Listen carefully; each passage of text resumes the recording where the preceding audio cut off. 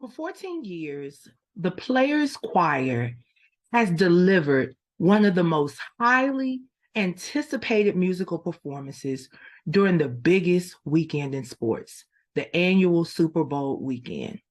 Making its debut in 2008 in Phoenix, Arizona, during the ninth annual Super Bowl gospel celebration, the choir launched with more than 40 active and former NFL players under the direction of Grammy Award winning artist Donnie McClurkin. Now, developed by Super Bowl Gospel Celebration founder and executive producer Melanie Few, with a core group of Christian NFL players, they have come together to share their faith through song. The Players Choir is on a mission to inspire all within the sound of their joyful noise to live on purpose and find success through pursuing their passion. We are so blessed today to have two members of the NFL Players Choir.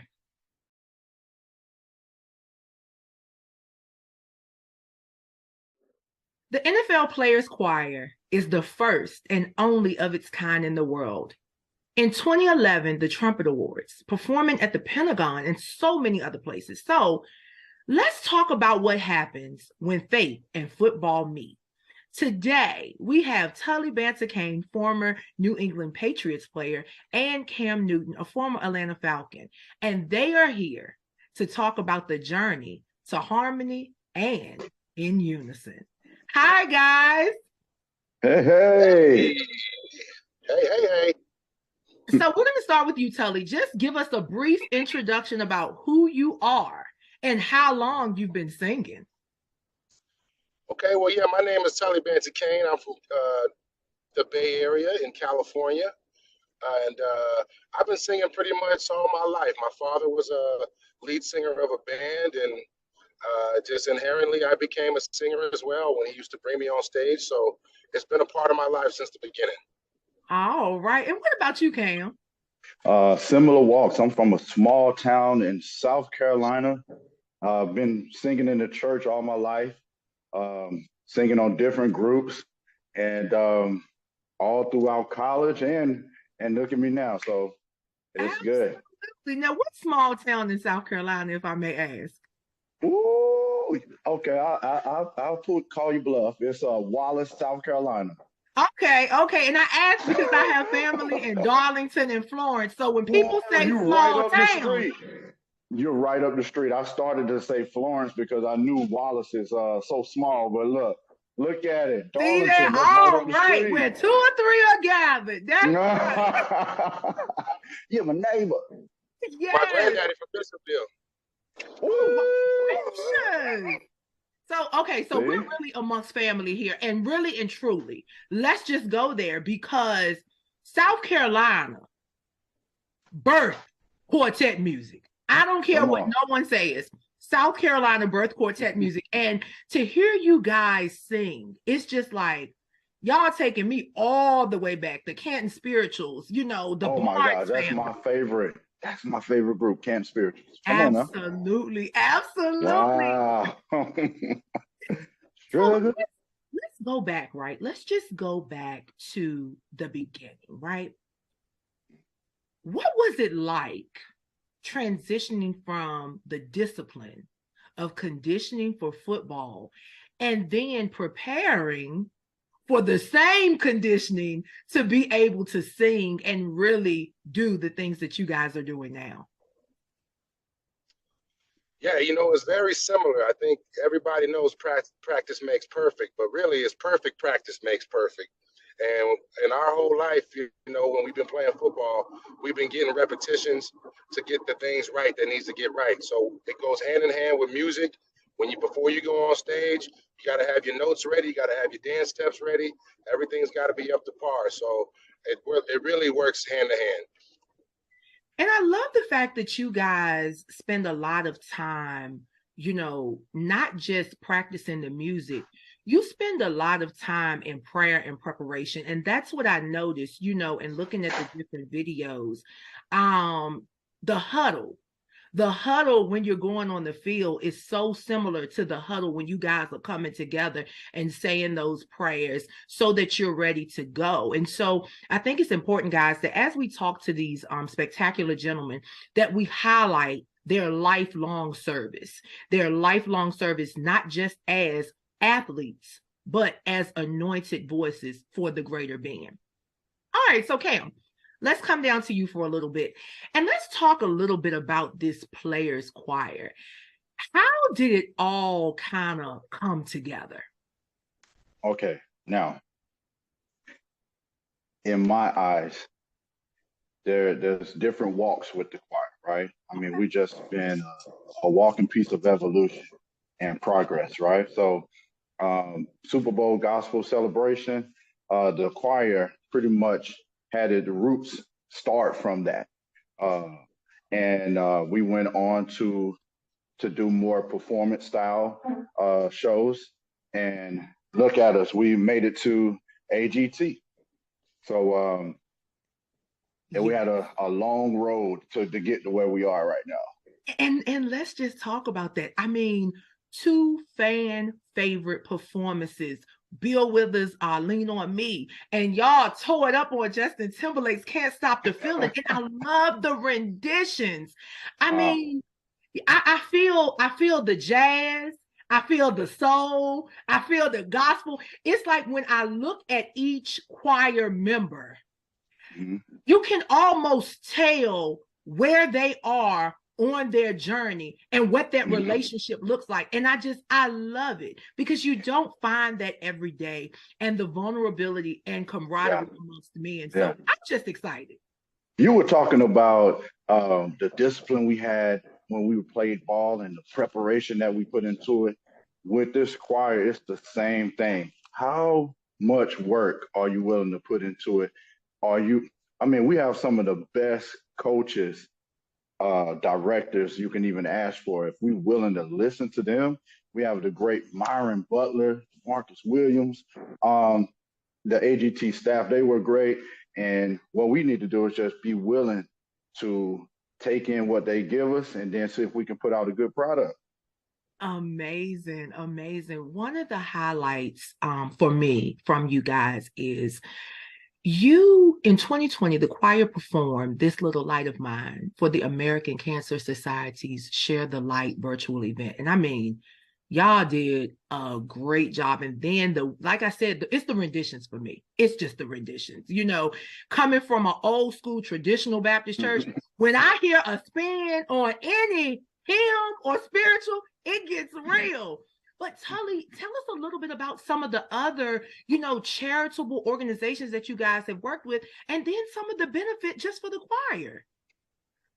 Yeah, well, so the choir's had a history of working with the St. Jude's and the Cancer Society, but then we've also been able to visit children's hospitals. So things like that have been a blessing to give back and help people in need and shed some light and shine some light from within and outward to really lift people's spirits. So that whole journey of being able to sing and bring people happiness, that's been a blessing. Wow, amazing. Now, Cam, piggybacking off of that, what would you say has been, your most sentimental moment while singing with the NFL Players Choir? Mm. Well, you know what? We've had so many moments because we call it the locker room, and it's an extension of the locker room. It does so much for the guys, for our mental wellness. But one particular moment that stands out for me was in Dallas.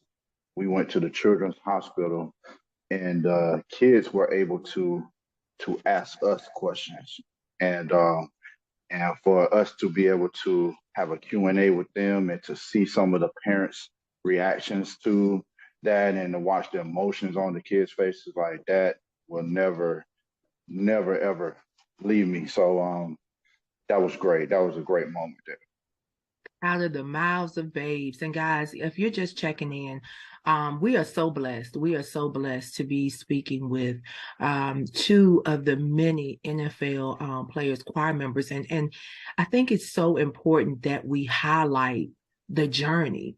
You know, we have to highlight the journey to the NFL and now on stage displaying your musical strength. So, you know, you work a lot with the children, you're performing everywhere, but I think those kids probably hold on to it just a little bit more just because they see so many sides to you. So I want to pose this question to each of you.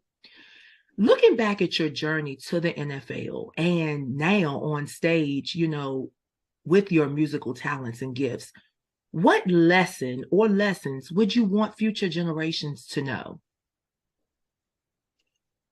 Well, I could sum that up in two words, and that would be to trust God. You know, I think as a child, you know, we all grew up with dreams, and sometimes people can go down different paths, but you know, usually anybody who's made it to a successful level, whether it's in the NFL or anything in life, a lot of it has to do with their faith and their belief and their trust that they're gonna get to where they're trying to go. And so for me personally, I trusted God through the whole process. And I tell kids all the time, I was a kid too. You know, no one is born an adult. You gotta take that path. You gotta take the journey.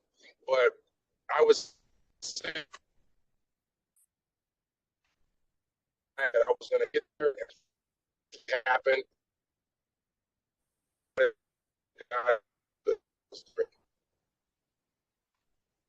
And we had a little interference, but it's okay. Mm-hmm. And anytime you're doing something amazing, you know that little wicked thing got to come through there. But it's all right.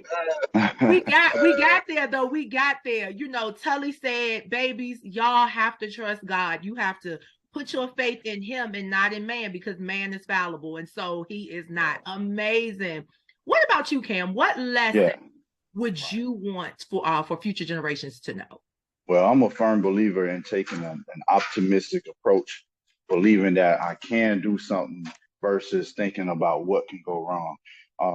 And also, time.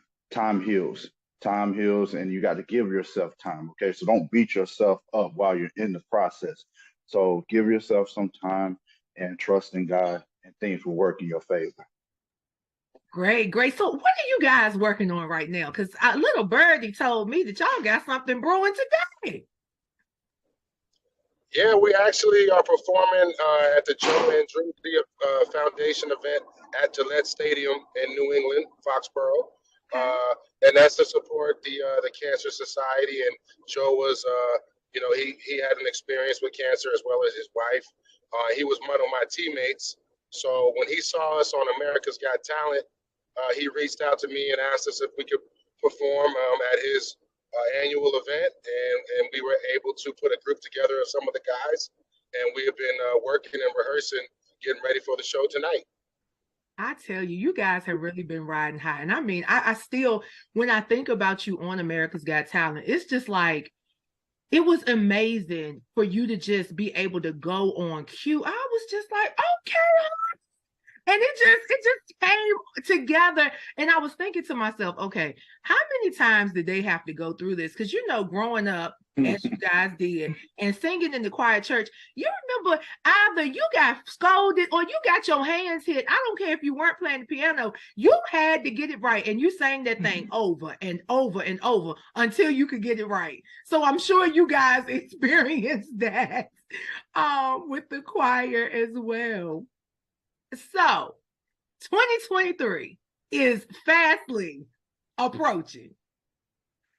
What can we expect from the NFL Players Choir in 2023 at the Super Bowl Gospel Celebration Show?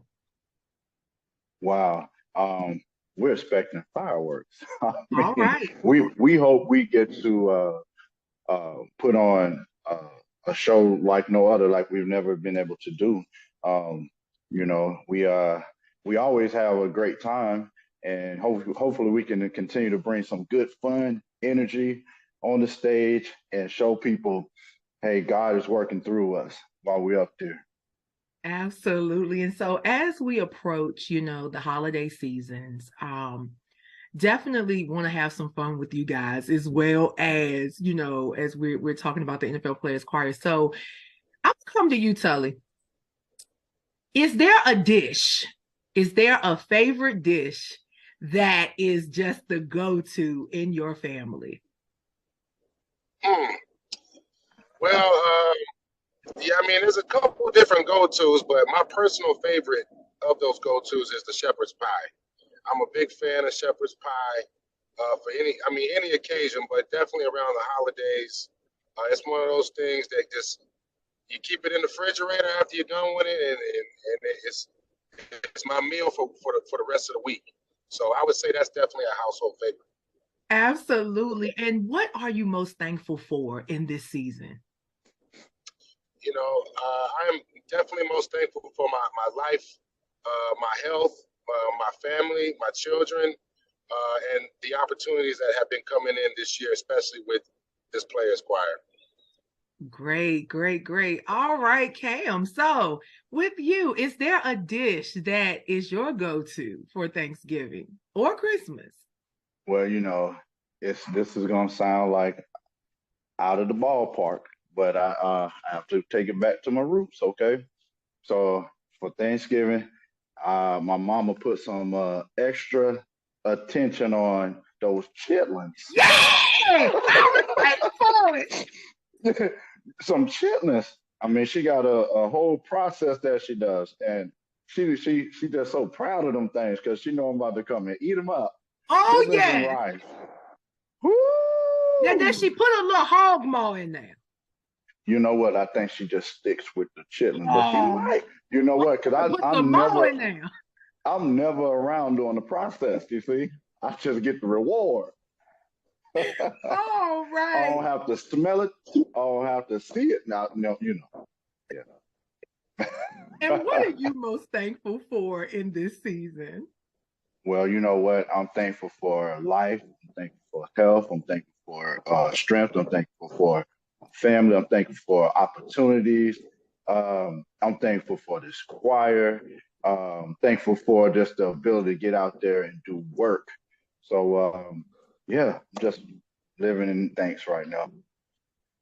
Guys, you've heard it from two spectacular gentlemen who are choir members in the NFL Players Choir. And please understand that this collective's popularity has led to performances benefiting charitable organizations all around the country.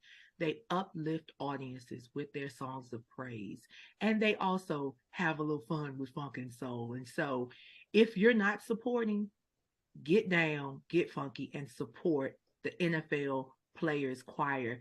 Guys, do you have any final thoughts before we leave? Yeah, I would say, Just go ahead, saying, Tyler. I was just going to say, I appreciate you having us on your platform. We look forward to everybody seeing what we do in the future. Hopefully, we can maybe put some type of Christmas album together or some type of holiday spirit album. And then we just look forward to seeing us at various charitable events and maybe a national anthem near you.